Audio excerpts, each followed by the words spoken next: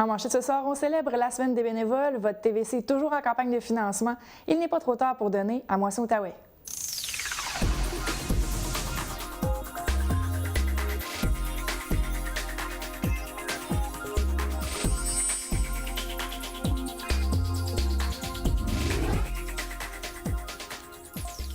Bonsoir, mon nom est Josiane Hardy et bienvenue à cette édition d'Infomac du mardi 14 avril. Nous sommes présentement dans la Semaine nationale de l'action bénévole pour 2015.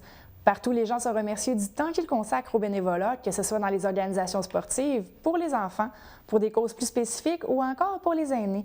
Ce sont d'ailleurs ce groupe de personnes qui ont été réunies au centre communautaire de Bottignam afin de les remercier de leur temps. Au total, plus de 160 bénévoles œuvrant dans les organismes pour aînés de partout sur le territoire de la Lièvre. On peut échanger entre eux, prendre un déjeuner et participer à quelques tirages, comme nous l'indique la directrice du Centre Action Génération des aînés Vallée de la Lièvre, Mme Michèle Desormeaux. C'est des gens qui offrent bénévolement des gestes auprès de nos aînés, nos communautés aînées, surtout le secteur de la Vallée de la Lièvre. Prendre de leur temps, donner généreusement de leur temps et offrir des activités, des gestes dans le quotidien, les accompagner à leurs rendez-vous médicaux, aider au niveau du centre d'accueil, les aider à agrémenter un peu plus leur quotidien, leur journée au deuxième étage, à l'hôpital, dans nos clubs d'Ange d'Or aussi. Fait que tous les bénévoles œuvrant auprès des aînés de la Vallée de la Lièvre sont réunis ce matin, sont invités ce matin à venir bruncher en leur honneur. Les actions et les organismes ne manquent pas lorsqu'il s'agit de faire du bénévolat. Même si seulement que quelques heures par semaine, par mois, le bénévolat est d'une importance capitale pour les organismes communautaires. La relève se fait plutôt rare dans de nombreux cas. Pour les organismes œuvrant avec les aînés, ce sont en majorité des personnes âgées qui donnent de leur temps afin d'aider leurs confrères et consoeurs. Malgré le fait qu'on craint un certain déclin du bénévolat, celui-ci est plus présent que jamais, chiffre à l'appui. Regarde, chez nous, là, on parle d'au moins 20 000 heures de bénévoles. Juste pour notre organisme, le Centre Action Génération des aînés, on parle de 20 000 heures par année de bénévolat. Ce matin, là, on a des chiffres. Là, on pourrait parler de peut-être un demi-million d'heures de bénévolat par tous ces gens-là. Et ce qui m'impressionne, c'est toute l'entraide entre eux. Parce que si vous remarquez bien, c'est aussi des aînés qui offrent de leur temps. Fait que des aînés qui sont là pour leur père et pour rendre encore plus forte et encore mieux les aînés de leur communauté qui sont des fois un peu plus malchanceux qu'eux. Organisé en partenariat avec la Ville de Gatineau, le déjeuner fait fureur auprès des bénévoles depuis quelques années déjà. C'est une occasion pour eux d'échanger et d'en apprendre plus sur d'autres organismes qui sont peut-être un peu plus méconnus. Plusieurs amitiés se forment également lors de ce déjeuner. Faire du bénévolat permet de briser l'isolement, de sortir de chez soi, de faire de nouvelles connaissances, comme l'indique Mme Pauline Larose. Ça m'occupe, premièrement. Ça me fait rencontrer des gens. Il y a des gens que je ne connaissais pas du tout, puis que maintenant se sont rendus des amis. Puis j'ai toujours aimé ça, m'impliquer dans différents organismes. Entre autres, c'est bon pour la santé mentale aussi, d'être toujours occupé. Puis je peux dire qu'à Bottignam, c'est pas les occasions qui manquent pour faire du bénévolat. Fait que moi, je comprends pas les gens qui disent qu'ils s'ennuient. Ça doit être parce qu'ils veulent s'ennuyer. Parce qu'il y en a plein d'activités. Puis on manque toujours de bénévoles un peu partout aussi. Le mois d'avril est le mois anniversaire pour votre télé communautaire. Saviez-vous qu'elle célèbre ses 43 ans cette année? La campagne de financement se déroulera jusqu'au mois de mai prochain. Votre carte de membre au coût de 10 $ vous donne droit à quelques avantages et à la participation à certains tirages, notamment une journée métamorphose. Vous aidez également à l'avenir de votre télé communautaire. Je vous rappelle que l'an dernier, grâce à de nombreuses subventions, mais également grâce aux membres, la TVC est en mesure de prendre le virage haute définition. Le directeur général de la TVC, André Soucy, nous donne plus de détails sur comment les fonds sont administrés. C'est le conseil d'administration qui va gérer ces argents-là. Ça sert autant pour les salaires que pour l'équipement, pour l'entretien de votre télévision communautaire. Alors, c'est avec ça que le conseil d'administration va travailler. Et puis, si les argents ne sont pas là, bien, les services ont diminué. Alors, c'est pas ce qu'on veut. Puis, je pense que c'est pas ce qu'on a réussi à faire depuis 43 ans. On a toujours augmenté. L'an passé, vous vous souvenez qu'on avait fait la campagne sur l'achat d'équipements à haute définition. Alors, cette année, bien, c'est pas la même chose. On est allé chercher, grâce justement à la population, pour aux groupes qui ont participé avec nous autres. Alors, c'est comme ça que ça fonctionne, une télévision communautaire. Il faut que la participation du public y soit. Le Club optimiste de Bottignam a honoré la jeunesse lors de son gala annuel le 11 avril dernier. Plus d'une centaine d'élèves provenant de différentes écoles de Bottignam, Masson-Angers et Notre-Dame-de-la-Salette ont reçu un honneur lors de la soirée. Chaque école a nommé un élève par niveau qui s'est distingué soit dans le secteur artistique ou culturel par sa persévérance, sa volonté d'apprendre et ses efforts constants. Le titre de personnalité jeunesse a été décerné à Erika Delan-Thibodeau de l'école aux 80. Celle qui, en septembre dernier, entrait timidement en troisième année, a grandement évolué au fil de l'année scolaire. Des numéros artistiques ont été présentés tout au long de la soirée par des étudiants de l'école secondaire Hormidas-Gamelin. Restons dans l'optimisme avec leur tirage qui s'est déroulé le 12 avril dernier à la salle communautaire. Félicitations à M. Yves Daou qui a remporté le grand prix de 5 000 $. Le groupe du C3S a mis la main sur le second prix, soit 1 000 $. Michel Vézina, Claude Montreuil et Richard Durocher ont quant à eux remporté les prix de 500 $. Le tirage est effectué par M. Marc Laprade de la librairie Rosemary. Encore une fois, félicitations aux gagnants. Même si le printemps semble s'être installé, le service de sécurité incendie de Gatineau tient à rappeler qu'il est interdit de faire des feux en plein air sur l'ensemble du territoire de Gatineau. Que ce soit les feux de camp, feux de joie, feux à ciel ouvert, feux de défrichage ou feux dans un foyer extérieur, tous sont strictement interdits. Les citoyens fautifs qui enfreignent le règlement sur la prévention des incendies s'exposent à recevoir une amende minimale de 300 $. La prochaine matinée-conférence du Centre Action Génération des aînés se déroulera le 15 avril prochain au Centre communautaire de Bottignam. Il sera question d'histoire et de patrimoine. D'ailleurs, cette conférence, qui débute à 10 h, sera interactive. Le président de la Société d'histoire de Bottignam, M. Michel Riberdy, sera l'invité et répondra aux questions du public. Dès votre arrivée, Julie Mercier, coordonnatrice au Centre Action Génération, prendra vos questions pour les transmettre à M. Riberdy. Justement, Mme Mercier nous explique le concept. Bien, mercredi, c'est une matinée-conférence sur l'histoire. Elle s'intitule « Que voulez-vous savoir de notre histoire et notre patrimoine ?» Parce que là, il y a un petit concept un peu différent. C'est une matinée-conférence interactive.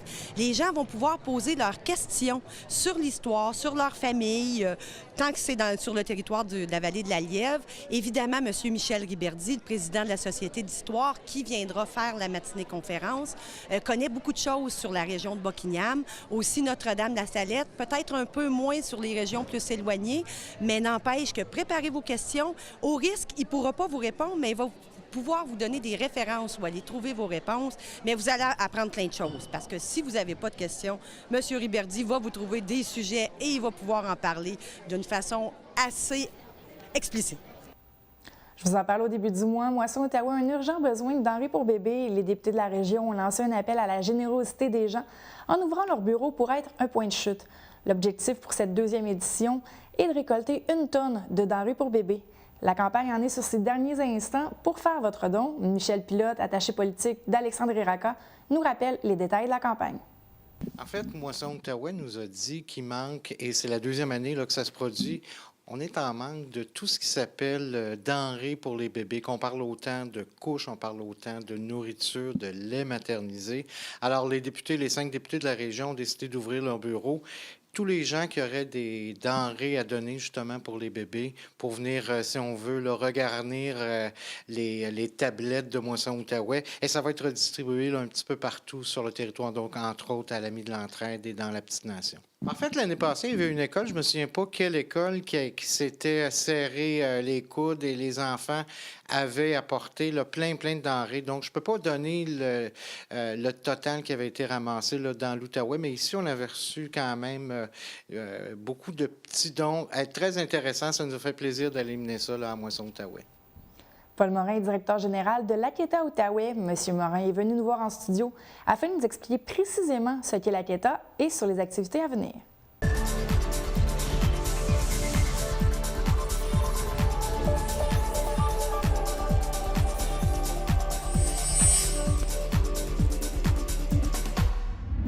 Monsieur Paul Morin, qui est directeur général de l'Aketa. Monsieur Morin, bonsoir. Bonsoir, Josiane. Tout d'abord, pour ceux qui ne seraient pas familiers, qu'est-ce que l'Aketa? L'Aketa, c'est l'Association québécoise des troubles d'apprentissage. On avait une structure provinciale, au niveau des régions également. Mais au niveau provincial, on va concentrer davantage sur la recherche, d'où, lors de la dernière Assemblée générale spéciale, on a changé la terminologie pour l'appeler institut.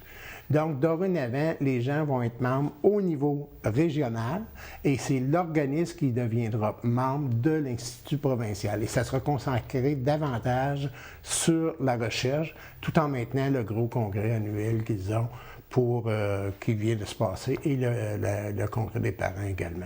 Mais au niveau de la région, il n'y a aucun changement. Les membres, les gens doivent faire leur adhésion ici au niveau de la région et non plus à Montréal. Excellent, le tout est démêlé. Et là, il se passe une panoplie d'activités chez vous. C'est assez incroyable, mais je vais faire un bref retour sur l'événement chocolaté qui s'est déroulé tout récemment, qui, je crois, a été un bref succès. Un vrai succès, c'était notre 6e édition avec Roger Sauvé, le directeur de la Banque Alterna, comme président d'honneur cette année.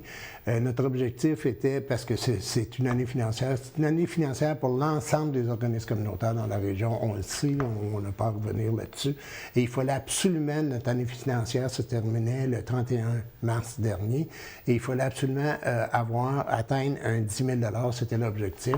Et on a réussi à avoir 12 000 Donc, j'en profite là, pour remercier, dans un premier temps, les commanditaires, la Banque Alterna, avec le président d'honneur, et l'ensemble des participants. On n'a jamais eu autant de participants, près de 175 participants à la dégustation chocolatée, et les chocolatiers, bien entendu, Chocomotive et l'artisan du dessert.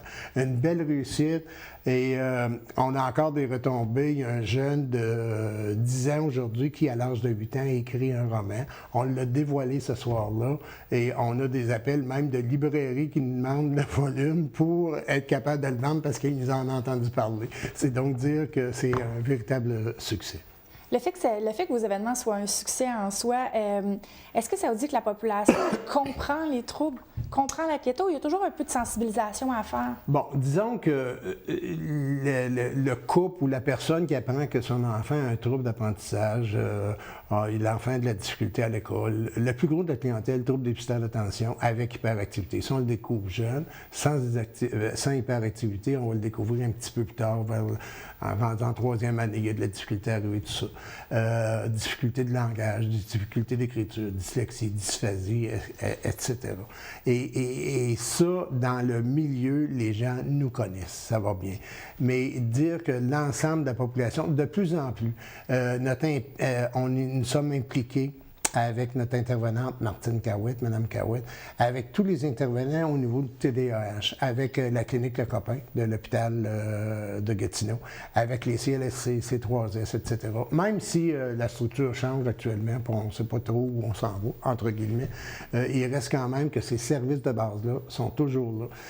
Écoutez, l'équipe a réalisé depuis 2 ans une formation qui s'appelle Formation dalmatien. Ça s'adresse surtout aux éducateurs, aux enseignants. Mais croyez-le ou non, il y a 500 personnes, 500 enseignants qui sont passés. Puis ça, pour participer à la formation dalmatien, il faut qu'ils soient libérés 1 journée et demie. Les sensibiliser, c'est quoi les troubles d'apprentissage? Comment réagir avec un enfant qui a des troubles d'apprentissage?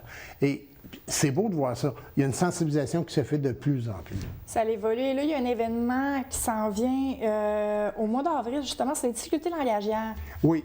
La façon dont on procède surtout par des conférences qui répondent à des besoins. Et là, on a mis le focus majeur sur les difficultés langagières, la dysphasie, en fait. La personne ressource, c'est une personne ressource régionale, Mme Sylvie Jourdain, qui va venir donner une conférence le mercredi, le 22 avril. Les membres, c'est 8 la conférence, et nos membres, 20 On doit s'inscrire au préalable en appelant au 777-3126. Elle va parler de quoi? Elle va parler du développement du langage chez l'enfant. Elle va parler des retards de langage, l'enseignement de la communication orale au préscolaire, primaire et secondaire. Quel genre d'intervention? Et souvent, après les conférences, les gens aiment en discuter. Ce n'est pas une obligation d'avoir participé, mais nous organisons ce qu'on appelle des cafés-rencontres. Là, c'est une dizaine. C'est un genre de suivi. C'est parce que Après, dans le cadre d'une conférence, on aura le goût de poursuivre. C'est de 7h à 9h, 19h à 21h. Et on aura le goût de poursuivre la discussion. Mais ce n'est pas obligatoire d'avoir participé à ça. Là, on organise un café-rencontre, 10 personnes maximum, où il y a échange entre les parents davantage. Et cette année, grâce à une subvention qu'on a eue de la CREO, on a 2 orthos à notre service à 13 heures semaine.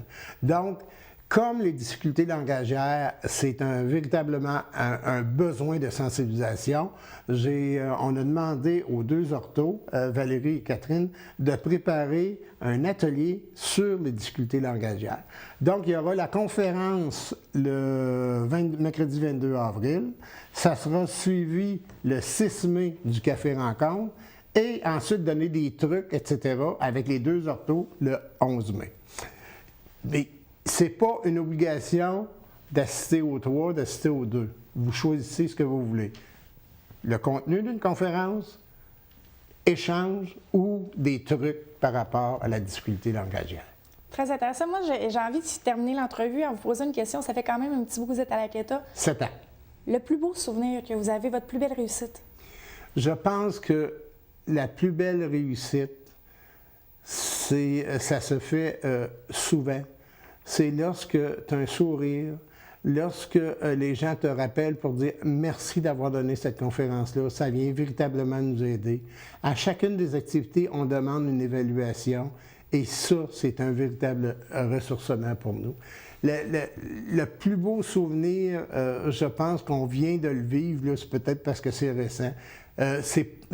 Émile n'a pas profité des services de la CETA, mais il vient témoigner, celui qui a écrit le roman, de la possibilité, avec un bon encadrement, lui avait vécu la Framboise comme spécialiste à son service, avec la collaboration des parents.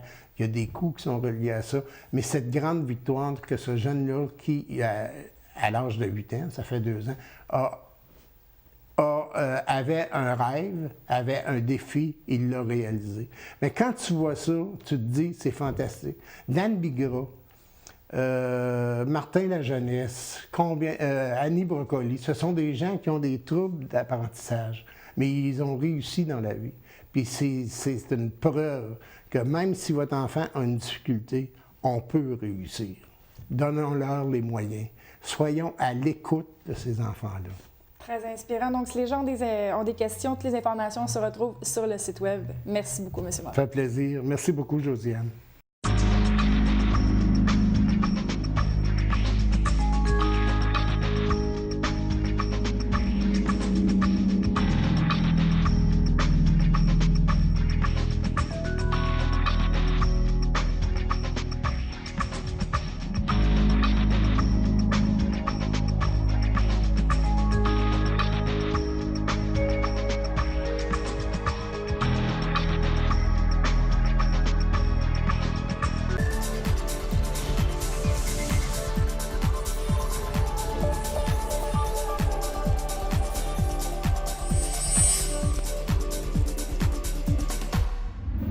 Culturel avec Jessie. Jessie, bonsoir. Bonsoir, Josiane. Tout d'abord, dans mon jeune temps, lorsqu'on allait dans des shows punk, on démolissait les salles et là, il va y avoir un bar punk à la salle Desjardins. Oui, la salle Desjardins se transforme en bar punk cette semaine, jeudi, vendredi et samedi soir. Multitude de 22 downtown va se dérouler à cet endroit-là. Et c'est un spectacle réalisé par les élèves de l'école secondaire Amdas Gamelin. C'est devenu une tradition à l'école. C'est la crème de la crème qui participe. Chaque année, beaucoup d'élèves tentent d'y participer. Cette année, c'est 200 auditions qui se sont déroulées. Là-dessus, on en a retenu 19. 19 numéros. Également, on a des interscènes, des petits sketchs qui se déroulent entre les numéros. Plus d'une centaine d'élèves ont tenté leur coup et seulement 27 ont été choisis. Et en fait, ça se déroule l'action dans un bar punk des années 1978 et où des manifestants s'infiltrent parce qu'ils veulent fermer l'endroit parce que c'est de la musique diabolique. Et c'est l'enseignant et metteur en scène Mathieu Gagné qui chaque année pense à une trame de fond. Cette année, il s'est inspiré d'un voyage en Espagne où il est allé dans un bar punk et également l'engouement pour le Rockfest. Bien, il s'est dit, bien, pourquoi pas, c'est le temps d'avoir une multitude de punk. Mais en plus, chaque année, comme d'habitude, des artistes invités se greffent aux jeunes pour monter sur la scène. Cette année, pour rester dans le thème punk, on y va avec des groupes de musique c'est un secret, il faut se rendre sur place pour voir quels artistes monteront sur la scène. C'est des groupes déjà connus par contre de multitudes. Mais là, je rassure les gens, ce n'est pas une soirée que punk. Il y a des ballades également. Cette année, il y a beaucoup de chants, beaucoup de danse, mais également un petit soupçon d'humour, un petit soupçon d'instrumental.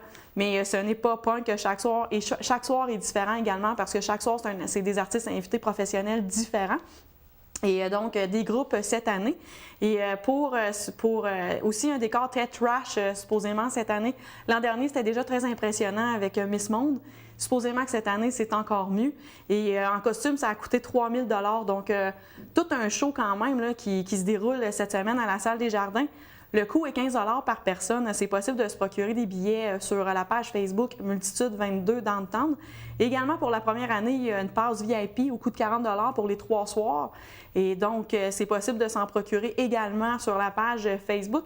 Les spectacles se déroulent à la Salle des Jardins à partir de 19h30. Donc, ça n'a pas manqué cette semaine. Excellent. Et là, on s'en va au Café des artistes, Simon Chénier. Oui, Simon Chénier se considère comme un double miraculé de la vie. C'est un homme avec toute une histoire, un homme de 50 ans de Mayo qui a été miraculé pour la première fois quand il a décidé de devenir sobre dans sa vie. Mais également, la dernière fois, c'est quand il a reçu une greffe du foie. Ça fait pas longtemps, le 23 mai dernier, en fait. Et il ne sait pas c'est qui son donneur parce qu'il veut être toujours une bonne personne pour être fier de rencontrer éventuellement la famille de la personne décédée. Et maintenant, il se fait une mission de promouvoir l'importance du don d'organes. En fait, chaque corps peut sauver 8 vies. C'est un message qu'il veut lancer à la population. Et étant un passionné de musique, la musique pour lui a été lui a sauvé la vie quelques fois. Et donc, il a décidé de composer quelques chansons qu'il va présenter au Café des artistes de la Lièvre ce samedi. C'est sa deuxième participation au Café des artistes. Il y a déjà aussi été en février où il a reçu une triple ovation. Donc, un spectacle qui promet. Il est également ambassadeur de la Maison des greffés Linocire pour justement promouvoir l'importance du don d'organes. Ses chansons parlent beaucoup de la liberté aussi qu'on peut... c'est à découvrir. Et il a dû arrêter la musique pendant 2 ans, donc pour lui, c'est vraiment un retour très important. Et il veut faire plusieurs campagnes de financement pour la maison Linocire. Il aimerait également lancer sa propre fondation. En plus du spectacle samedi qui va avoir lieu à 20h30, il y a également un brunch qui est prévu au mois d'août où il aimerait lancer son album qu'il a réalisé avec Michel Labrec, qui est l'ancien maire de Lochaber-West. Les deux hommes s'amusent beaucoup dans la musique. Donc, Simon Chénier, c'est à suivre. C'est un soudeur de formation, de profession qui, dans le fond, lance une nouvelle passion. Hein. Excellent. Et là, on reste au Café des artistes avec l'exposition de Mme Guerrero. Oui, en fait, ça sera 2 pierres d'un coup. Dans le fond, samedi, Lucilla Guerrero, qui est une personne autiste et qui l'a su quand son fils a été diagnostiqué, elle s'est donnée comme mission de briser les tabous, de taire les préjugés sur cet état parce que pour elle, elle considère qu'il n'y a aucun lien entre l'intelligence et l'autisme. Et donc, elle a pris en photo plusieurs personnes autistes dans leur quotidien pour dévoiler leur côté positif. Elle a aussi lancé un mouvement reconnaissance positive de la personne artistique qui s'appelle Hôte Créatif. Elle donne aussi des conférences pour présenter la belle état de l'autisme. Et dans le fond, on le sait, c'est le mois de l'autisme en avril, donc l'exposition se déroule jusqu'à la fin du mois. Et pour elle, c'est important d'accepter la personne telle qu'elle est. Il ne faut surtout pas essayer de la normaliser. Donc, exposition là, à voir aussi au Café des artistes. Et là, on se déplace pour ma première place des arts avec Marilyn Joly. Oui, Marilyn Joly, ça fait quelques semaines qu'on vous en parle. C'est cette semaine qu'on va savoir si elle passe à la prochaine étape du concours Ma première place des arts. C'est la 2e fois qu'elle y participe. Elle y a participé également il y a 4 ans.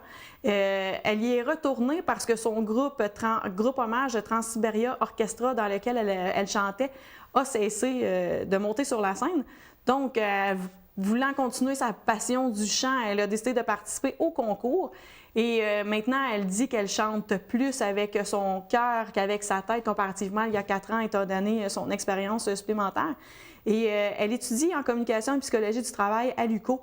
Pour elle, le chant est une passion. Elle ne veut pas nécessairement en faire carrière, mais elle voulait revivre le trip de gang, comme elle dit, et avoir les conseils des coachs aussi. Donc, une belle expérience.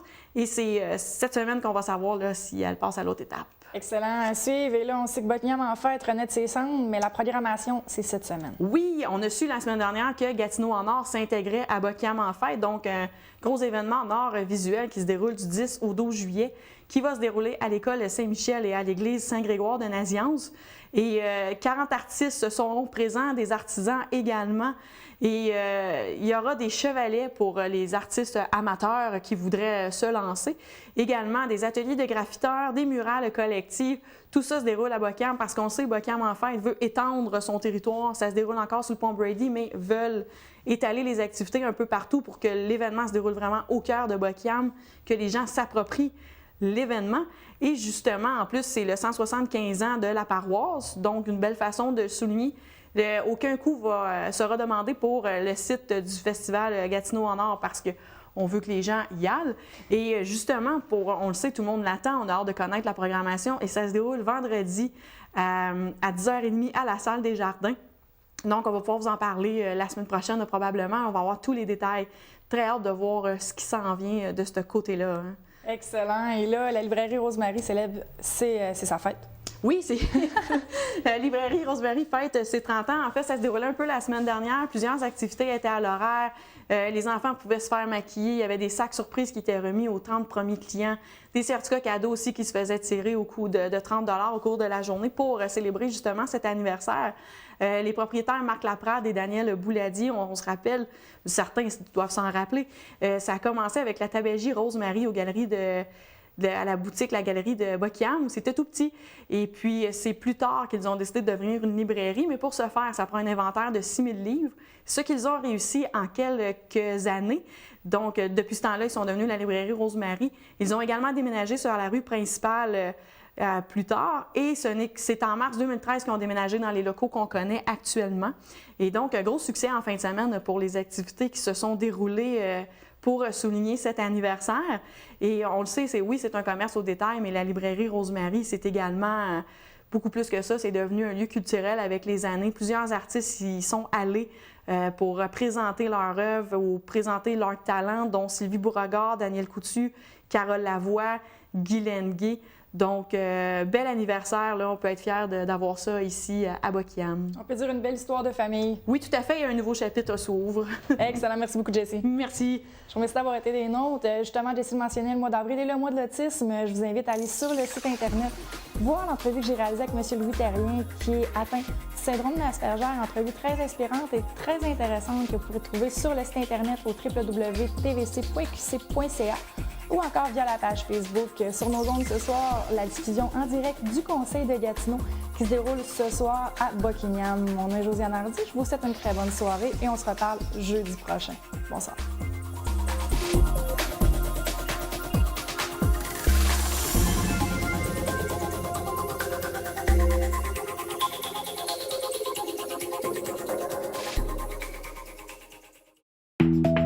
On va regarder au show. Moi, je travaille en français. Merci Martine. Au bureau, je travaille en français. Au Québec, on travaille en français. Un message d'Impératif français.